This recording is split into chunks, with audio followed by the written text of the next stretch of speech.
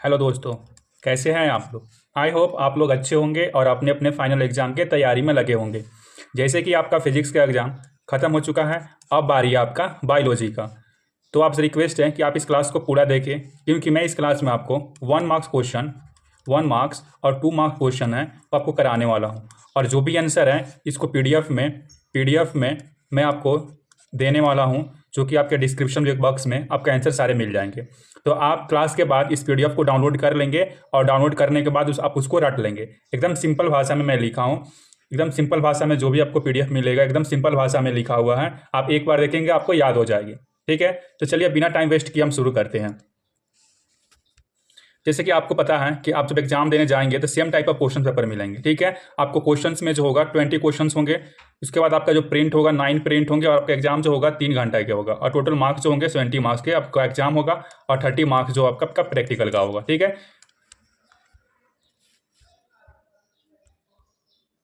1 से 5 जो क्वेश्चंस मिलेंगे आपको, क्वेश्चन नंबर 1 से क्वेश्चन नंबर 5, ये आपका 1 मार्क्स क्वेश्चन होंगे। और 1 मार्क्स क्वेश्चन में आपको 28 क्वेश्चन मिलेंगे। फिर आप क्वेश्चन नंबर 6 से आप 12 में जाएंगे तो आपको 2 मार्क्स क्वेश्चन मिलेंगे।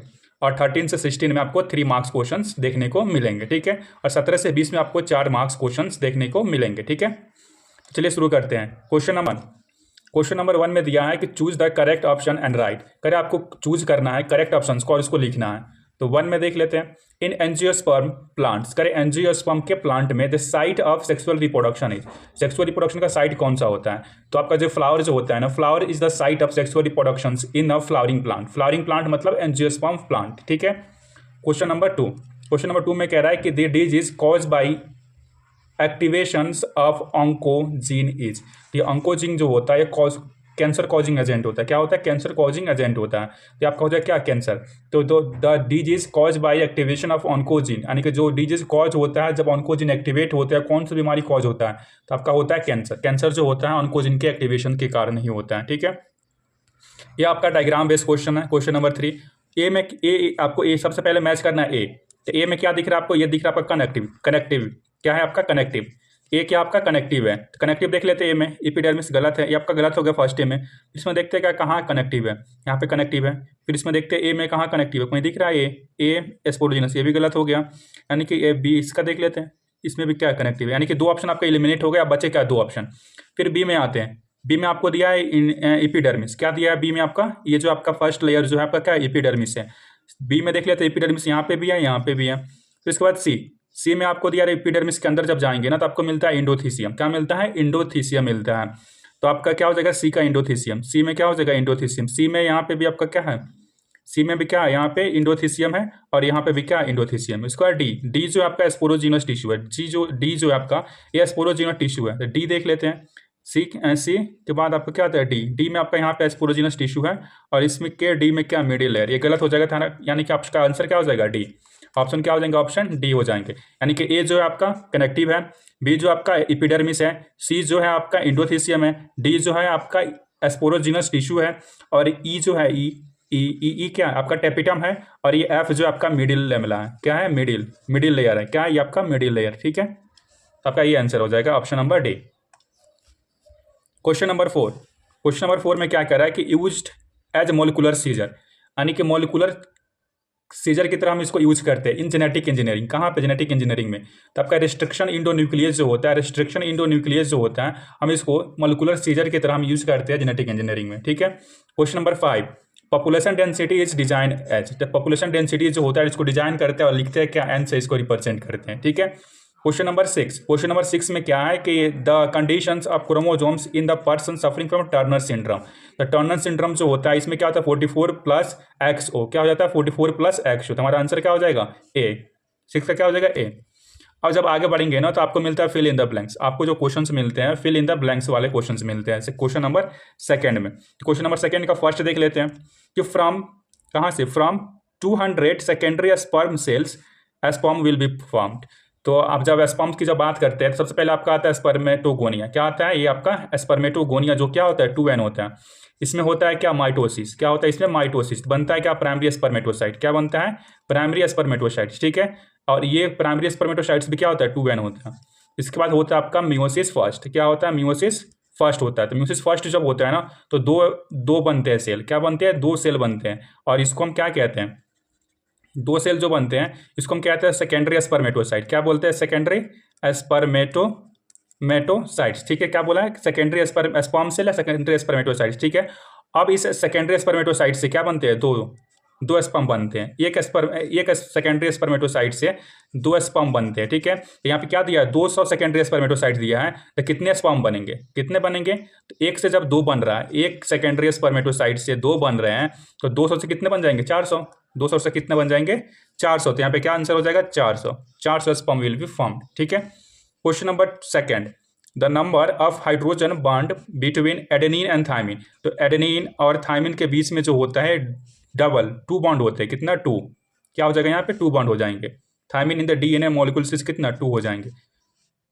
Third, penicillin is obtain from. The penicillin जो होता है कहाँ से ऑब्टेन होता है, कौन सी फंगस, यहाँ पे दे भी दिया कौन सी फंगस है, तो आपका होता है पेंसिलियम, CILLIUM, पेंसिलियम नोटेटम, क्या, पेंसिलियम NOTATEUM, पेंसिलियम नोटेटम, ठीक है।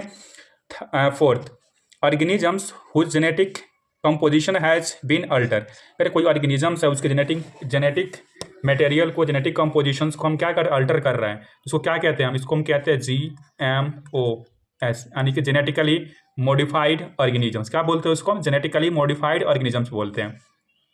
5, name of the first transgenic cow. तो फर्स्ट ट्रांसजेनिक काउ जो था ये क्या, कौन से थे, तो ये था रोजिया, क्या, ROSI, रोजी जो थी फर्स्ट ट्रांसजेनिक काउ थी। अब कह रहा है 6 में कि every ecosystems depends on for energy. तो सारे इकोसिस्टम जो है ये डिपेंड करते हैं किससे, प्रोड्यूसर पे, PRODUCER, प्रोड्यूसर्स पे, जो क्या होता है एक तरह का प्लांट होते हैं, क्या होते हैं, प्लांट होते हैं। तो सारे इकोसिस्टम जो होता है, सारे के सारे इकोसिस्टम डिपेंड होते हैं किस पे, प्रोड्यूसर पे, और प्रोड्यूसर्स कौन होते हैं, प्लांट्स होते हैं, ठीक है। अब आता है क्वेश्चन नंबर 3, और ये क्वेश्चन नंबर 3 में क्या किए पूछा है, ट्रू और फॉल्स। तो ट्रू का मतलब होता है सही और फॉल्स का मतलब होता है गलत, यानी कि सही गलत की पहचान करनी है। तो 1 में कह रहा है कि GIFT is a method to control birth rate. क्या GIFT जो होता है बर्थ रेट कंट्रोल का मेथड होता है, तो नहीं होता है ना, तो ये हो जाएगा फॉल्स, FALS, क्या हो जाएगा false. Question number second, the cranial capacity of नियंत्रण man is 1400 cc in size. तो ये बात जो है सही है, इसलिए क्या हो जाएगा, ट्रू, क्या हो जाएगा, ट्रू हो जाएगा। Third, India share in the total biodiversity of the world is 8.1%। तो ये भी बात सही है, तो क्या हो जाएगा, ट्रू हो जाएगा, ठीक है। 4, the method of producing 1000 of plants, कितना बोला है, 1000 of plants through tissue culture is called micro propagation. ये भी बात ट्रू है, ये भी बात क्या है, सही है, ये बात भी क्या है, सही है। तो सही है तो क्या हो जाएगा, ट्रू हो जाएगा, क्या हो जाएगा, ट्रू। 5 में कह रहा है कि बायोपेस्टिसाइड्स हार्म द इन्वायरमेंट। क्या ये बायोपेस्टिसाइड जो होते हैं इन्वायरमेंट को हार्म करते हैं, नहीं, ये बात गलत है, तो ये हो जाएगा क्या, फॉल्स, क्या हो जाएगा, फॉल्स हो जाएगा। 6, the corpus luteum is formed in the testis. तो कॉर्पस ल्यूटियम जो होता है टेस्टिस में बनता है, नहीं, क्या हो जाएगा, फॉल्स हो जाएगा, क्या हो जाएगा, फॉल्स। तो कॉर्पस ल्यूटियम कहाँ बनता है, आप पढ़े होंगे क्या, ओवरी में, OVAR, ओवरी में क्या होता है, कॉर्पस ल्यूटियम बनता है। अब आ जाते हैं हम मैच द फ्लोइंग, यानी कि मैच द, आपके पास आता है आपका मैच का क्वेश्चन, ठीक है। क्वेश्चन नंबर 4 में तो मैच करने के लिए सबसे पहले आपको कलम 1 दिए जाएंगे और कलम 2 दिए जाएंगे। तो इसको करने का यही तरीका है कि आप पहले कलम 1 को पढ़ लीजिए, फिर उसके बाद कलम 2 को पढ़िए। कलम 1 में क्या दिया, फर्स्ट में आपको एंजियोस्पर्म, एम्ब्रियोसेक्ट, सेकेंड में मलेरिया, होमोलॉगी, पैलिंड्रोम और म्यूचुअलिज्म, कन्वर्जेंट इवोल्यूशन। यहाँ पे प्लस प्लस, तो आपको याद आ रहा है ना कि प्लस प्लस किस में होता है, म्यूचुअलिज्म में होता है, यानी कि दोनों को बेनिफिट होता है। तो क्या हो जाएगा आपका 5 का बी। 7 सेल्ड, तो 7 सेल्ड कौन होता है, ये होता है 7 सेल्ड 8 न्यूक्लिएटेड। क्या होता है, 7 सेल्ड 8 न्यूक्लिएटेड। एम्ब्रियोसेक जो होता है ये 7 सेल्ड 8 न्यूक्लिएटेड होता है।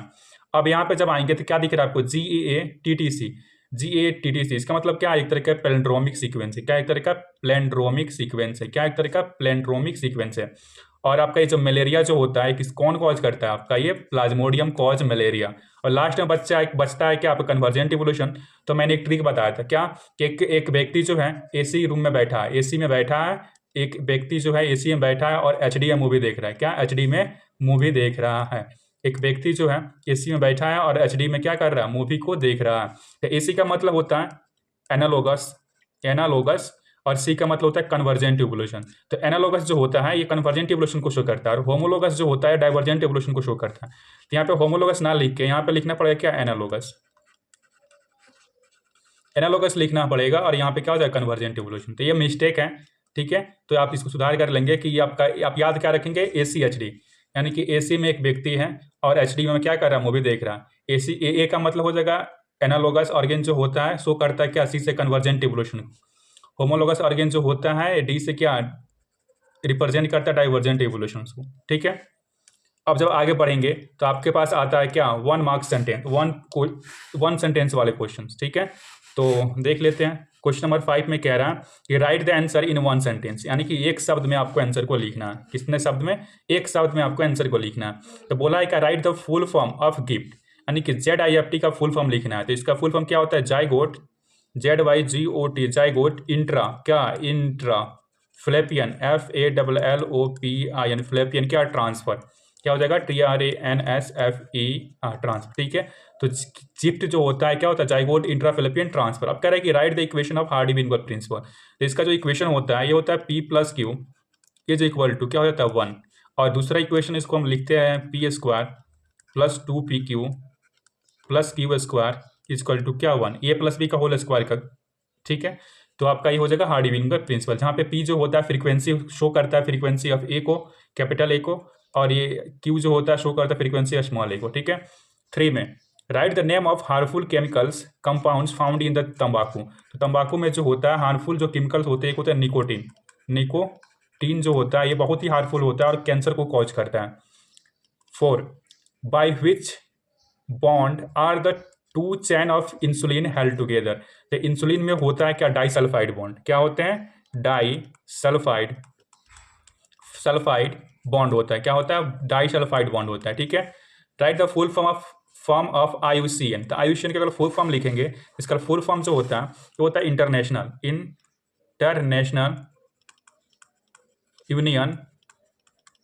यूनियन फॉर कंजर्वेशन ऑफ क्या, नेचर, यानी कि नेचर। तो IUCN का फुल फॉर्म क्या हो जाएगा, international union for conservation of nature, ठीक है। अब जब आगे बढ़ेंगे ना तो आपको मिलती है 2 मार्क क्वेश्चन। अब आता है क्या आपके पास 2 मार्क्स क्वेश्चन, यानी कि 2 मार्क्स वाले क्वेश्चन, ठीक है। तो 2 मार्क्स वाले क्वेश्चन का मैं आंसर आपको बता रहा हूँ, ठीक है। तो आप इसका जो 2 मार्क्स क्वेश्चन का जो आंसर है आपको डिस्क्रिप्शन बॉक्स में मैं दे दिया हूँ, आप उसको वहां से जाके डाउनलोड कर लेंगे और इसको एक बार पढ़ेंगे, सब कुछ याद हो जाएगा, ठीक है। फिर भी मैं आपको सारा कुछ समझा दे रहा हूँ, ठीक है। चलिए, तो ये जो है आपका 2 मार्क्स क्वेश्चन है, ये जो मैं आप कराने वाला हूँ अभी जो है आपका 2 मार्क्स वाले क्वेश्चन है, ठीक है। तो चलिए शुरू करते हैं। तो सबसे पहले आपका आता है क्वेश्चन नंबर 6 में। क्वेश्चन नंबर 6 से जब आप देखेंगे तो क्वेश्चन नंबर 6 में आपको पूछा है कि राइट 2 रीजन्स, यानी कि 2 रीजन बतानी है फॉर पॉपुलेशन एक्सप्लोजन, यानी कि जो पॉपुलेशन जो बढ़ रही है, एक्सप्लोज हो रही है, तो इसका विस्फोट जो हो रहा है पॉपुलेशन का, इसका 2 कारण बतानी है, ठीक है। तो इसका कारण मत देख लेते हैं, रीजन क्या है इसका। फर्स्ट में क्या दिया है, डिक्लाइन का मतलब होता है डिक्रीज, डेथ मतलब मरने का जो रेट जो है ये कम होते जा रहा है। क्यों कम होते जा रहा है, क्योंकि आजकल जो है मेडिकल फैसिलिटी जो है एडवांस होते जा रही है, और दूसरा जो है हमको बेटर हेल्थ केयर मिल रहा है, इसलिए जो है आपका पॉपुलेशन जो है डेथ रेट जो है क्या हो रहा है, डिक्रीज करते जा रहा है। दूसरा रीजन देख लेते हैं, हाई यानी कि इंक्रीज बर्थ रेट, यानी कि जन्म जो है बर्थ रेट जो है इंक्रीज करते जा रहा है, लैक ऑफ फैमिली प्लानिंग, यानी कि फैमिली प्लानिंग के लैक के कारण। तीसरा एग्रीकल्चर एडवांसमेंट, यानी कि ग्रीन रेवोल्यूशन और इंप्रूव्ड फार्मिंग, यानी कि जो एग्रीकल्चर एडवांस हो गई है, एग्रीकल्चर जब एडवांस हो जाएगी तो क्या होगा, खाने का किसी को कोई दिक्कत ही नहीं होगा। जब दिक्कत नहीं होगा तो कोई आदमी मरेगा ही नहीं, ठीक है। अब इसी में आता है आपका और करके, यानी कि और या अथवा करके, व्हाट इज एमिनोसिंथेसिस, क्या है, व्हाट इज एमिनोसिंथेसिस। तो जब आप एमिनोसिंथेसिस के बारे में बात करेंगे तो एमिनोसिंथेसिस होता क्या है, तो एमिनोसिंथेसिस इज अ प्रीनेटल डायग्नोस्टिक, यानी कि जन्म से पहले की एक डायग्नोस्टिक प्रोसीजर होती है, use to detect genetic disorder. हम इसको यूज करते हैं पहचानने के लिए किसको, जेनेटिक डिसऑर्डर को, क्रोमोसोमल एबनॉर्मेलिटी को, एंड फीटल हेल्थ कंडीशंस को, ठीक है। इसमें करना क्या होता है, it involves extracting a small amount of amniotic fluid. हम क्या करते हैं, वो जो बच्चे जिस गर्भ में पल रहा है वहां से हम थोड़ा सा एमनियोटिक फ्लूइड को बाहर निकालते हैं, एंड क्या करते हैं उसको surrounding the fetus and uterus, and by using needle, किसके थ्रू निकालते हैं उसको, हम नीडल को यूज करके उसको बाहर निकालते हैं, और उससे हम जानते हैं कि क्या कोई दिक्कत तो नहीं है ना, उस बच्चे को किसी तरह की बीमारी तो नहीं है, बस वही यहाँ पे लिखा गया है, ठीक है। अब आ जाते हैं question number 7। Question number 7। Question number 7 में क्या कह रहा है कि एक्सप्लेन, क्या करना है, explain Mendel law of dominance, यानी कि मेंडल के जो लॉ था उसको, लॉ ऑफ डोमिनेंस जो था उसको एक्सप्लेन करना है। तो एक्सप्लेन कर लेते हैं, देख लेते हैं। तो आपका कौन सा क्या है कि मेंडल जो था, Mendel based on his experiment with P plant it stated, करें मेंडल ने कौन से प्लांट पे काम किया था, तो पी प्लांट पे, कौन से पी, यानी कि पी प्लांट पे काम किया था, और उन्होंने इसी पे बेस्ड उन्होंने क्या दिया था, लॉ को दिया था।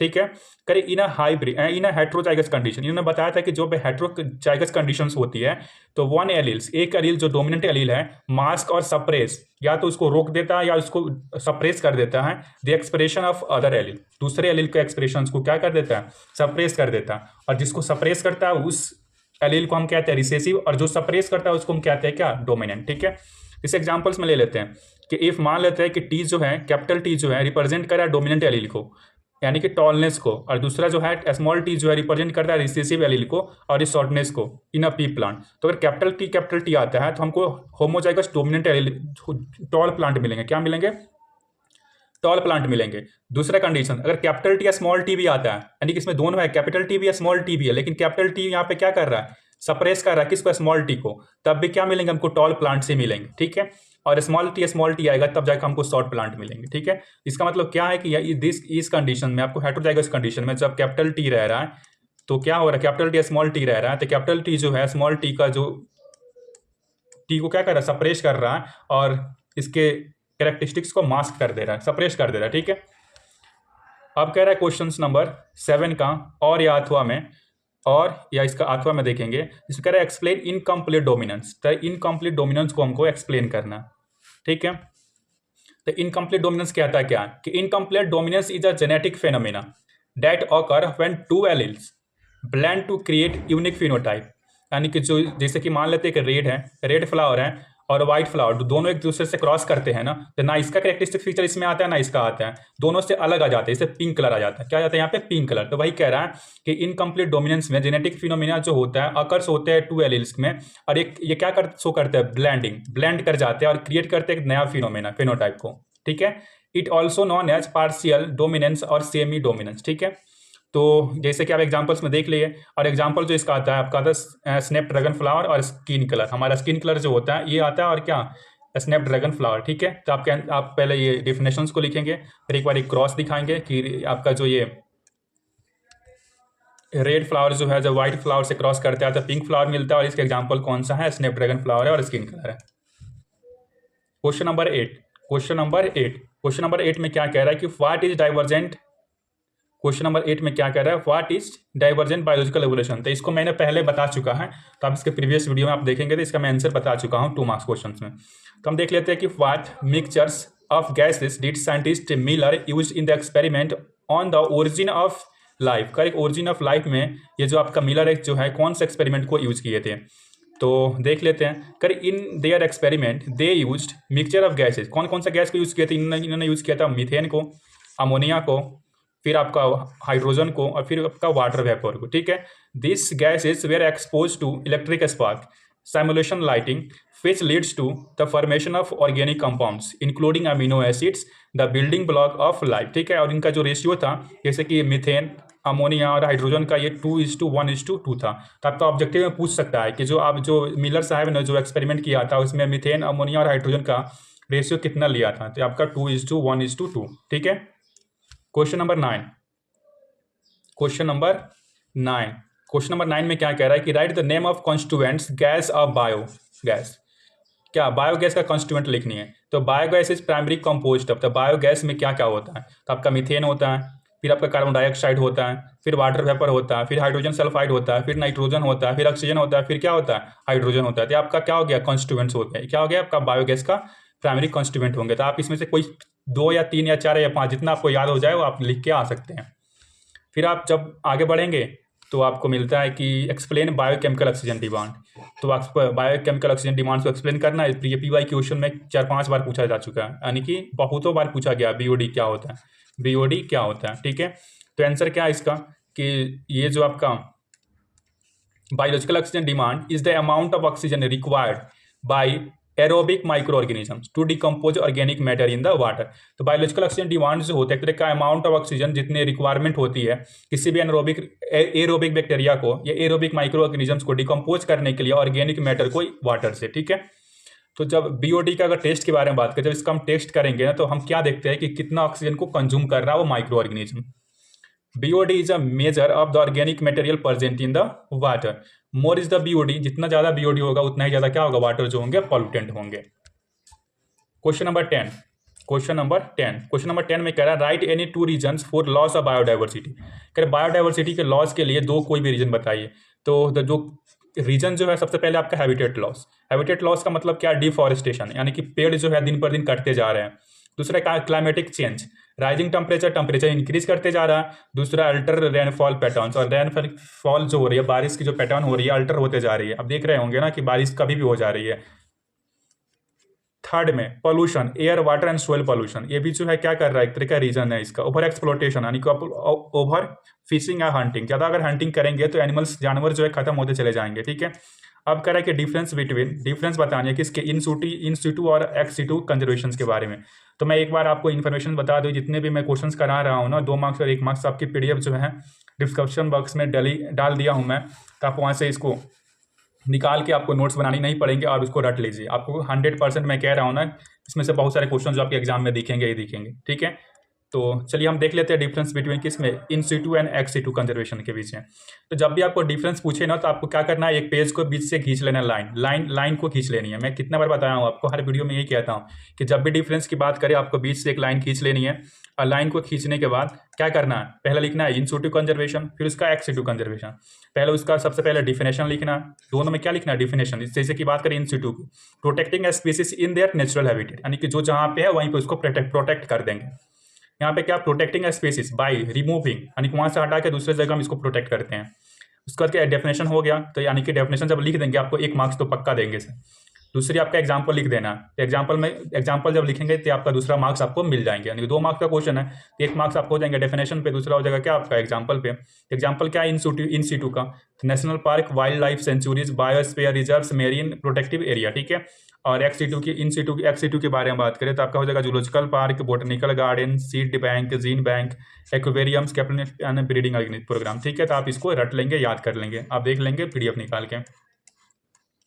क्वेश्चन नंबर 11, ठीक है। इसमें पूछा है कि how can bio patent prevent biopiracy. तो इसका आंसर जो है मैं पहले करा चुका हूँ पहले की वीडियो में, तो आप वहाँ से आके देख लेंगे। अब कह रहा है कि राइट एनी 2 एप्लीकेशन, यानी 2 एप्लीकेशन लिखनी है इन बायोटेक्नोलॉजी इन एग्रीकल्चर, ठीक है। तो इसका एप्लीकेशन क्या है बायोटेक्नोलॉजी का एग्रीकल्चर में। सबसे पहले देखते हैं जेनेटिकली मॉडिफाइड क्रॉप्स, यानी कि क्या, बायोटेक्नोलॉजी को हम यूज करके जेनेटिकली मॉडिफाइड करते हैं क्रॉप को, जैसे कि मान लेते हैं एग्जांपल के लिए बीटी कॉटन, बीटी कर, ठीक है। दूसरा बायो फर्टिलाइजर, जैसे कि बायो पेस्टिसाइड्स, जैसे कि लाइक नाइट्रोजन फिक्सिंग बैक्टीरिया। तीसरा tissue culture and micro propagation. तो हम क्या करते हैं, बायोटेक्नोलॉजी का यूज करते हैं एग्रीकल्चर में। तो आपका 3 एप्लीकेशन हो गया, क्या चीज़ का, बायोटेक्नोलॉजी का एग्रीकल्चर में, ठीक है। तो थैंक यू।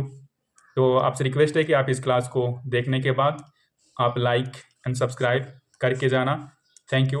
हाँ, मैं बता दूं कि मेरा नाम जो है DRX नवीन कुमार गुप्ता है, और मैं IGNTU अमरकंटक, यानी कि आपके जो मध्य प्रदेश के सेंट्रल यूनिवर्सिटी जो है मैं उसमें पढ़ाई करता हूँ, ठीक है। तो अगर आप भी आगे चल के CUET का एग्ज़ाम देने वाले हैं और आगे चल के फार्मेसी PHARMA से फार्मेसी करने वाले हैं, जैसे B फार्मा हो गया, D फार्मा हो गया या M फार्मा हो गया, तो आप आने के बाद मेरे से मिल सकते हैं, ठीक है। Thank you.